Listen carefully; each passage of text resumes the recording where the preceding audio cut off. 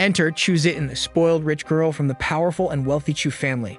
As she heads home, she notices that her brother-in-law was the one sent to pick her up today. The boy's name is Qin Li, and everyone in the Chu family looks down on him for being mute all these years.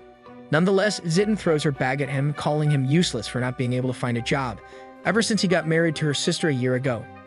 She then orders him to never show his face near the school again if he's ever tasked to pick her up. On their ride home, she complains non-stop, asking herself out loud what exactly her sister was thinking when she married him. Unfortunately for Li, he can't ever say anything since he's literally mute. Regardless, back at the Chu mansion, an arrogant Ming Hao laughs as he tells Li's mother-in-law that he might have married Qingyan instead if he didn't have to go study abroad. Of course, mother-in-law Han Ying agrees with him as she absolutely hates Li, as she thinks he's trash.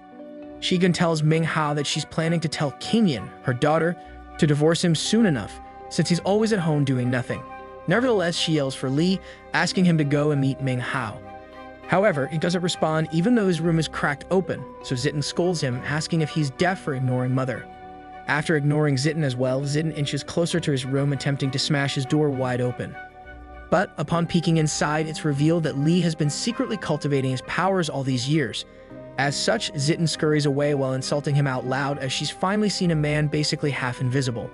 No worries though for Li, as today is the day he has finally completed his final transformation.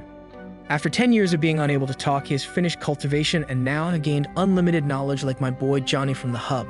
He can finally talk, so he starts to crack his jaw as he feels relief all over his body. He then gets ready and heads downstairs as his aggro from his mother-in-law has reached its final limits. As he descends the flight of stairs, Han Ying hurls unlimited insults just like Zitin, even asking him if he's also gone deaf. Meanwhile, after finally meeting Li, Ming Hao extends his hand to introduce himself, already looking like a punchable face. After taking his hand, he attempts to overpower him in the handshake, simultaneously asking if he's mute and why he's relying on Qingyan. As he continues to try and squeeze Li's hands, he yells at Li, accusing him of only joining the Chu family because of their fortune. He further insults Li, telling him that he has no right to be in the family, so he offers him $100,000 to leave and get out now. Suddenly, Li decides he's had enough of Ming Hao, so Li effortlessly crushes his hand without breaking a single sweat. Then for the first time, Li speaks and says hello whilst introducing himself as Qin Li. The crowd then goes wild as no one in the family can believe that they just heard the mute Li finally speak. Even Ming Hao is surprised, so he begins to berate a man that's currently destroying his right hand. As he berates Li and calls him a liar, Li amusingly starts to pick his nose as he makes Ming Hao scream in pain. However, the old hag saves the day as she shouts at Li, demanding him to get out of the Chu premises ASAP. But before he even lets go of Ming Hao's hand, a sudden phone call adds to the commotion as news reaches Zitin, alerting her that her sister is being arrested. Upon hearing that his wife is in trouble, he instantly lets go of Ming Hao and rushes to the side of Zitin. He then grabs her arm, urgently requesting information on what exactly is happening, so she reveals to him that something happened at the company. As such, he instantly leaves for the company headquarters, but the old hag is having none of this, so Li efficiently ignores her request of telling him to do his chores. Meanwhile, Ming Hao finally regains consciousness, so he butts in, letting the mother-in-law know that everything should be fine since his family has influence on the city. Later at the Sky Eagle Company headquarters, a fiery red head garners all the attention as she yells at Li's wife, telling her that she's going to jail today.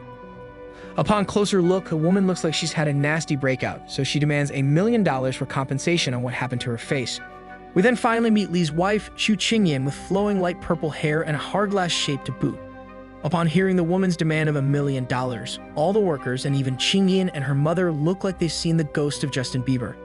Ming Hao then attempts to intervene by telling the woman that lots of customers use their makeup and somehow she's the only one with the problem.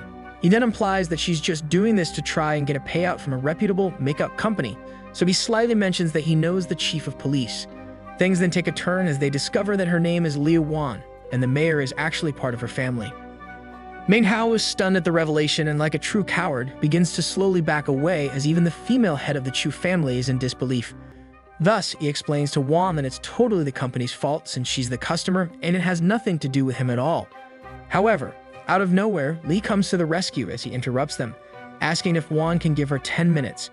He then claims that he'll cure everything on her face in less than 10 minutes if she agrees. In the meantime, Qingyan is astonished that her husband can finally speak, so she has a hard time figuring out what just happened. Regardless, as they await Wan's response, Ming Hao shouts and asks how dare Li show up here, as he's a disgrace to the family. Even Qingyan questions Li on what exactly is he planning to do, as she says she's tired of the drama and wants no more trouble. But now fully cultivated, Li turns around and smiles as he claims that he's now a different person, and you must now do this duty as her true husband. While Li talks to his wife, all the workers present at company grounds start to gossip and make fun of him as a loser. Tired of waiting, Li barges over to Juan and tells her right in front of her that he has a cure for every single pimple on her face. Initially, Juan is hesitant as she angrily asks why would she ever believe some random like him. But she finally agrees when Li offers to take any and all consequences if it doesn't work. Qingyan then tries to stop him as well, afraid that she'll get in trouble as she barely trusts whatever her own husband has planned. Li counters and gets close to Qingyan, revealing that he knows her pimple breakout is due to her having a fever, so if she can get him some herbs, he will be able to cure her. Thus, she asks if he thinks it'll work since she's desperate, so he just replies by saying he guesses it might. Eventually, after finally trusting her husband, she leaves to get what he requested, but Manhwa butts in again, threatening Li he'll destroy him if Qingyan gets involved. Moments later, Qingyan arrives with all the herbs he needed to perform his cure, but Qingyan warns him that he's alone in this if anything goes wrong. As such, he pours out all the contents within the bag and proceeds to confidently create his concoction. After finishing his creation, he infuses the cure with his own secret power, but it ends up looking like puke. Disgusted, Juan starts to have second thoughts after seeing the brown blob, as she isn't sure anymore if she's that desperate to get her beauty restored to normal. Nonetheless, she decides to go through with it, so Li quickly smothers and covers her face with the blob. However, it seems like it was too much for her, so she ran crying to the bathroom, absolutely worried about the monstrosity that has now been put on her. After seeing Juan run to the bathroom, Qingyan looks worried, while the guys feel relieved, thinking that Li must be insane as there is no chance in the world that he could have fixed her. Suddenly, Juan rushed out of the bathroom, absolutely delighted that her breakout was instantly cured, with no trace left over. All bystanders were astounded and left speechless, as even Qingyan was surprised that it actually worked. Juan then approached Li, curiously asking if he can help treat anything else, so he lets her know that he doesn't know since he needs to see whatever the problem is in person. As such, she eagerly offered him $500,000 if he can heal her uncle, as he now has her full trust in his abilities. Without any hesitation, Li agreed, even though his wife is busy calling him crazy. Qingyan then scolded him, telling him that pimple clearing isn't the same, but Li is super confident in his abilities. Nevertheless, Qingyan warned him again that if he accidentally destroys someone, her and the Chu family would not help him. He leaves anyways, letting her know that he'll take care of it himself and to not worry as he won't link anything to the family. Meanwhile, a doc lets Liu Zheng know that his father has deteriorated to the point of no return. However, just in time, Juan arrives with Li, so she quickly asks how her uncle is doing. He then sadly revealed to her that his dad is at the good game, no rematch part of his life, as the best doc in the world can't even help him. Upon hearing what's happened, he drags Li closer, introducing him as a great doc that could maybe save his life. But the mayor refuses his help as he looks too young and doesn't have a license to show. Luckily, before he got sent home, the trio got ushered inside with the news that the old man is soon to pass. Everyone in the emergency room proclaimed him basically gone, but even after Juan's begging, Zheng refused to let Li near his dad.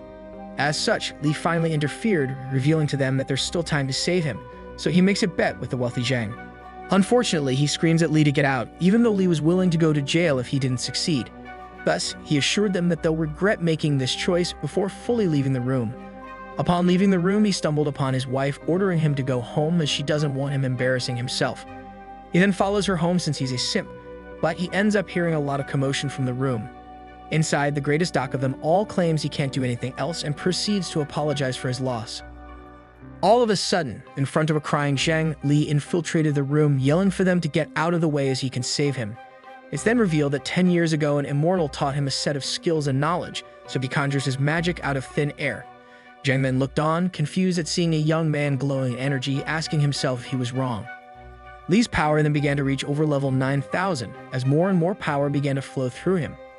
After finishing his ritual, the old man actually coughed awake, much to the surprise of everyone. The doc then looked on in disbelief, realizing his science just got outdone by this random magical boy. Regardless, the old man got up, acting as if nothing ever happened, totally restored. As such, Li attempted to leave quietly, as his job here is done.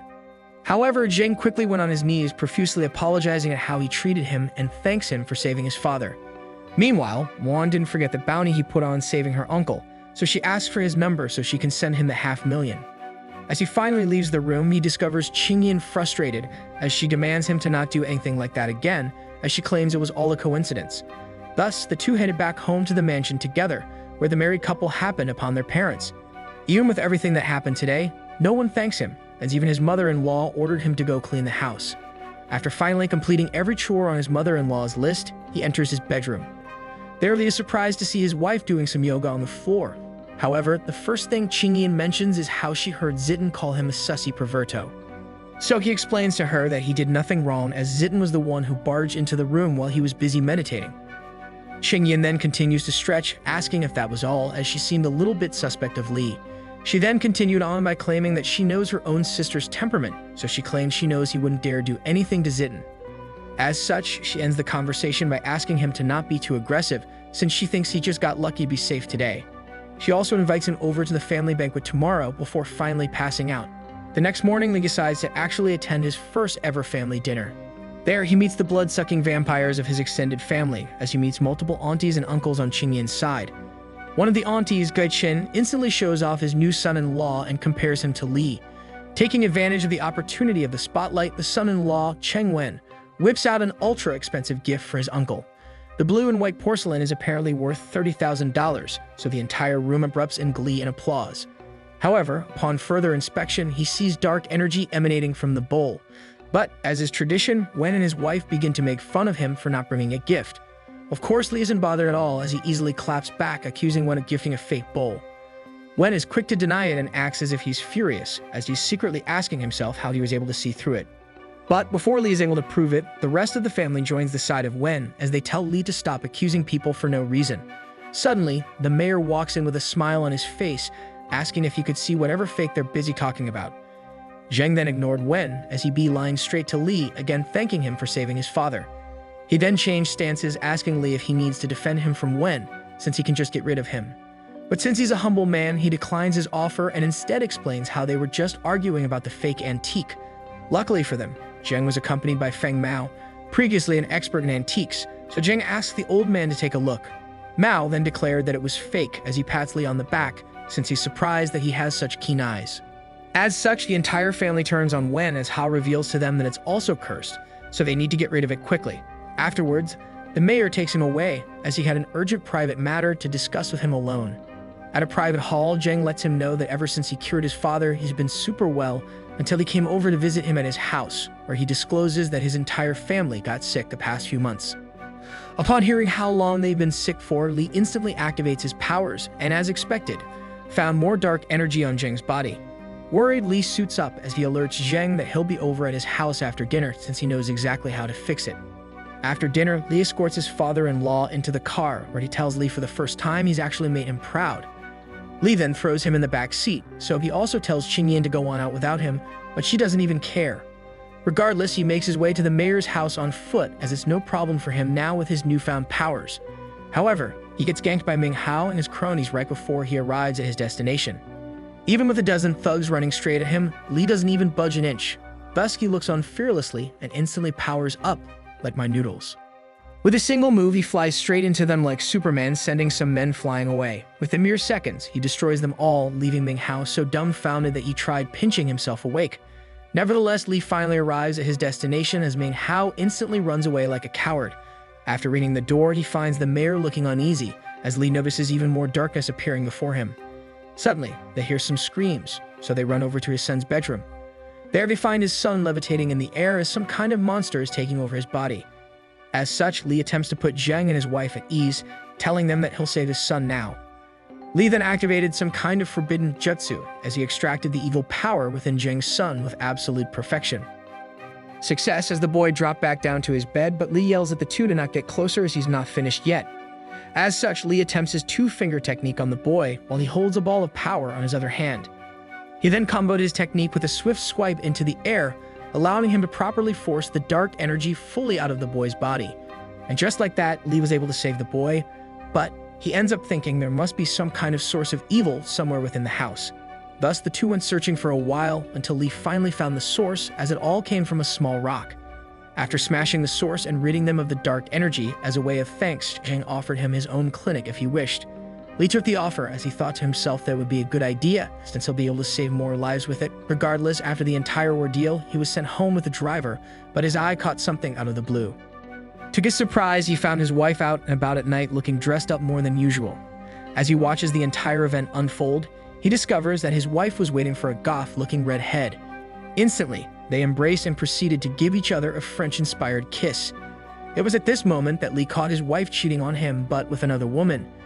Even his driver was absolutely shell-shocked as the plot twist was too strong, causing Lee to double-check the reality he was in.